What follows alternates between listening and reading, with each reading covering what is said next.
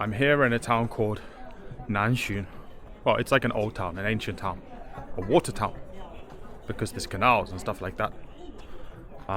It's about 800 years old, and the economy was based on silk. So in this town, they would supply the silk that made the clothing for the royal family, for the emperor. And some people got very rich as a result of this. And these 4 elephants,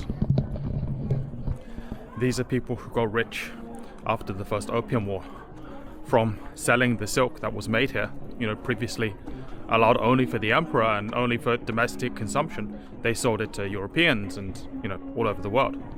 So let's check out this old town. It's supposed to be a little bit better preserved and perhaps a little bit less commercial. I'm not sure about that than some of the other ancient towns. But let's have a look. I'll show you what a Chinese ancient town is like.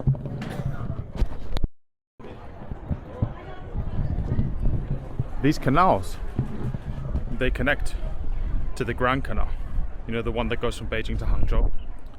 So this would have been how the silk that was made here got out to the rest of the world, or to Beijing, or to, all over China, all over the world, through these small canals. If you stand too close, you won't get a sense of how big this place is. This building across here. I think all of this is the Zhang family residence. So let's go across and check out what a wealthy merchant at the end of the Qing dynasty, what kind of place they'd live in. So there's actually a lot of tour groups in here, quite a few, but there's still some rooms where, you can avoid them. It's always with the uncomfortable chairs. I don't know why. They seem to be popular around that time. And maybe this is the reception room. And I've been to a few of these houses. I think in the back is where people would have actually lived. Don't step on this, it's unlucky.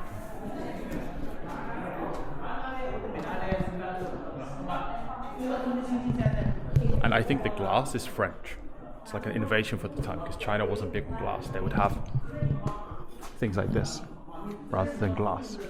But being the rich merchant he was, you can see he's got some fancy glass up the top. It's interesting, there's corridors and then you have courtyards. Seems to be the theme in a lot of these places.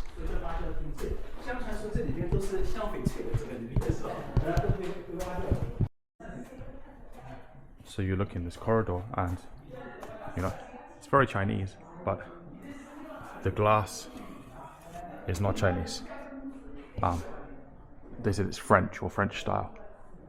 And then the floor, this floor here, is quite European. Again, they said French. I don't know if it's made in France or made here, but the style is French. Quite dark in some places.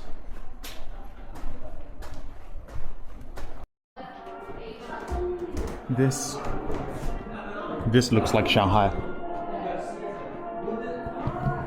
And you can hear some 1930 Shanghai music playing in the background.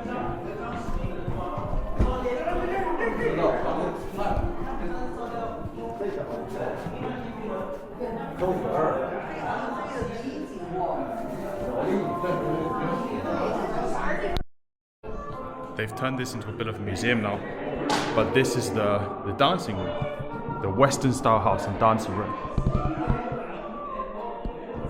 where he could hold balls, I guess, and Western style fireplace.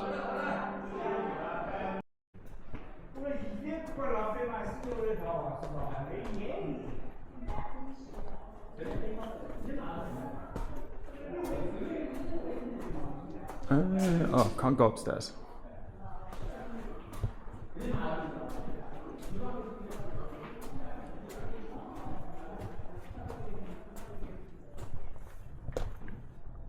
It's a bit of an art exhibition, I think.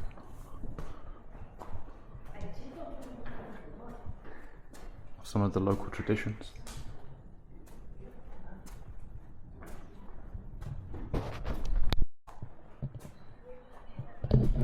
I like how they've preserved the place. Maybe compare it with some of the other houses here, because there are a few families who had like these mega mansions, if you like. So, I'm gonna try and find some of those other houses.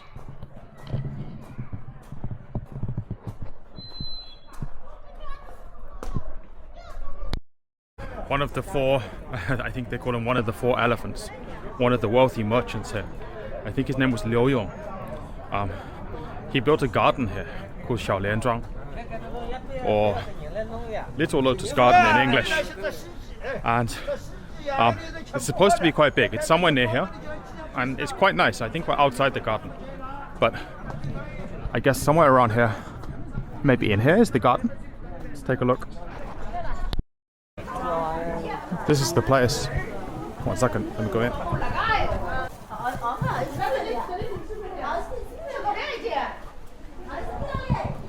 So when you come in to the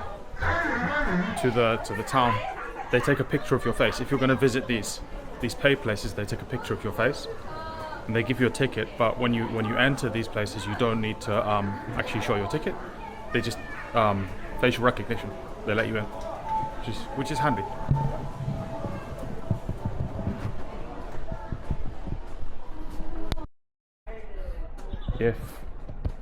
I don't know if you can see, if we were here in summer, this would be full of lotus flowers. Now it's just full of stalks. But let's take a walk around the garden and see what the garden of a wealthy merchant would have been like. You can see some other gardens like this, maybe even bigger, in cities like Suzhou. I think bigger and grander and older, but I think in Nanxun maybe this is the only one.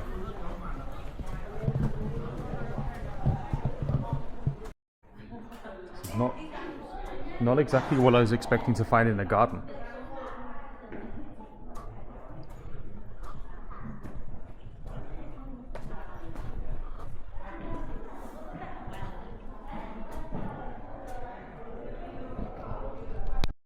I think I know what this is. I think this is the ancestral hall.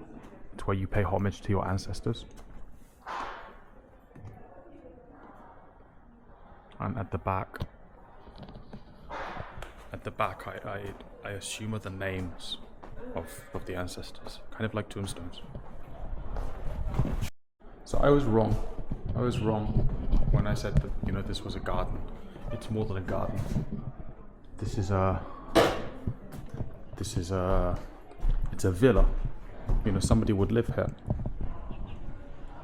And this is kind of a memorial to one of the Liu family members, one of the descendants, I guess, who died quite recently, I think.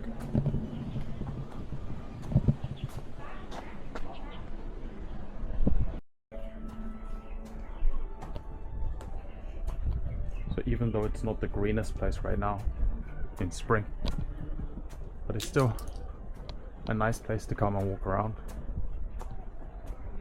In summer it would be cool here, I guess,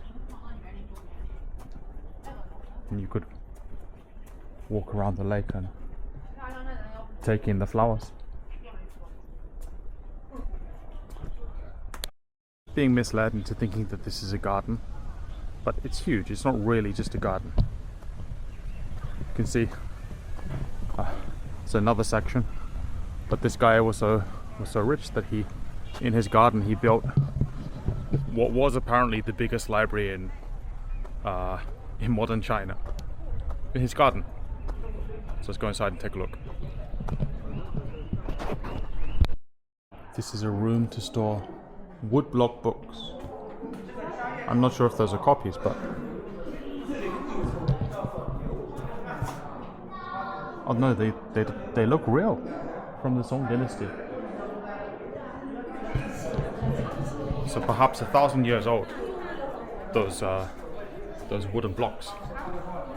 I don't think there's too many books here now, but let's have a walk around and check.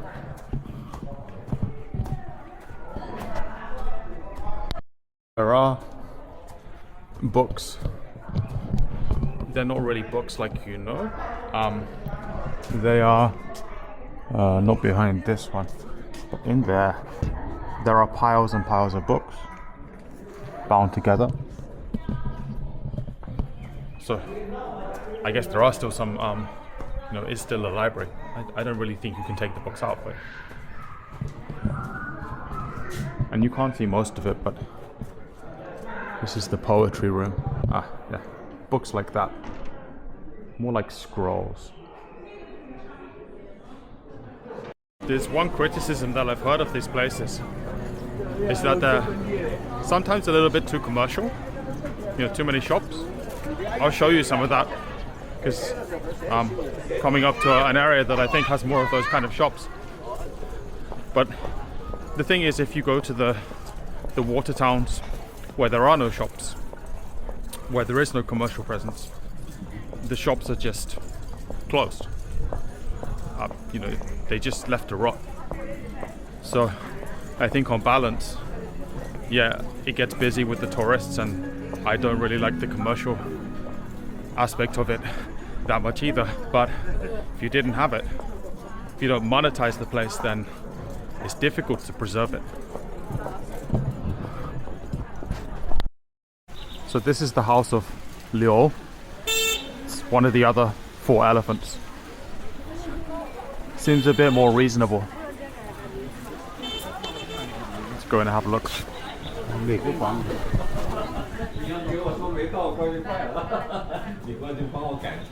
改一下好了啊。我不愿意翻墙。欢迎光临。 I'm not sure if this is the same Liu that built the Lotus Garden, but maybe we should go this way. You can see why some people are calling it the Red House.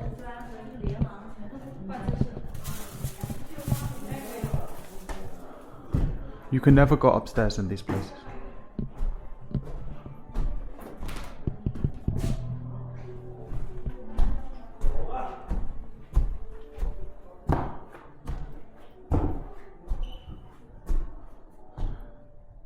Those chairs actually don't look that uncomfortable. They look better than the wooden chairs. And again with the, I guess, European flooring.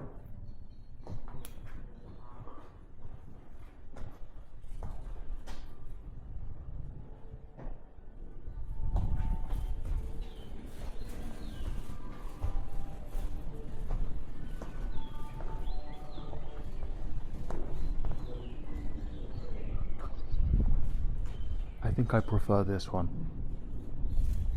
even though it's a bit smaller.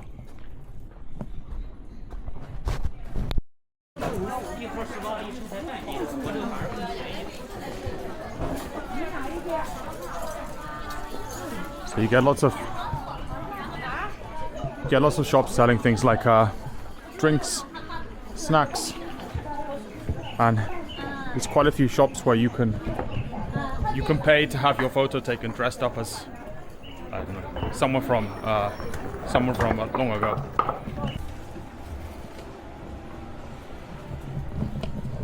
The magic noodle bowl is something of an attraction by itself.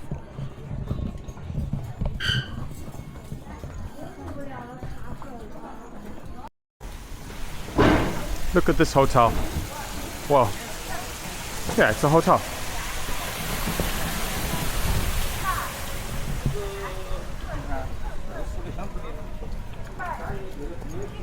I don't know. It'd be quite nice to stay the night here, I think. But I'm staying in the city, so that will be in another video.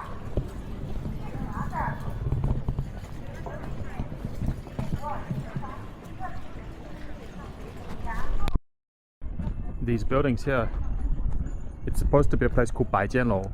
It's like 100 buildings.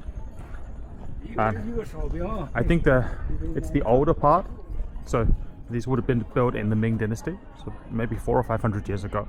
I don't know if they've been refurbished, but let's have a look down this street.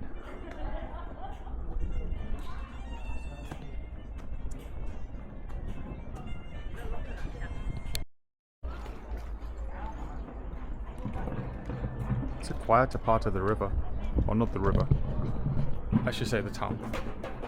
So some places you come here and they're quite busy. There's this part, some tea shops, some coffee shops. It's fairly quiet.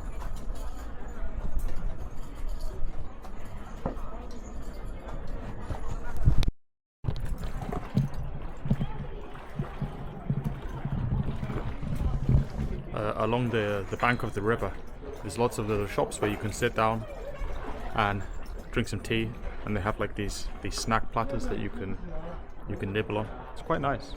It's a little bit chilly now, so you need to sit in the sun. The opposite side, that's why there's nobody on the opposite side. They're all over here. 像那鸡血一样拽到我手上。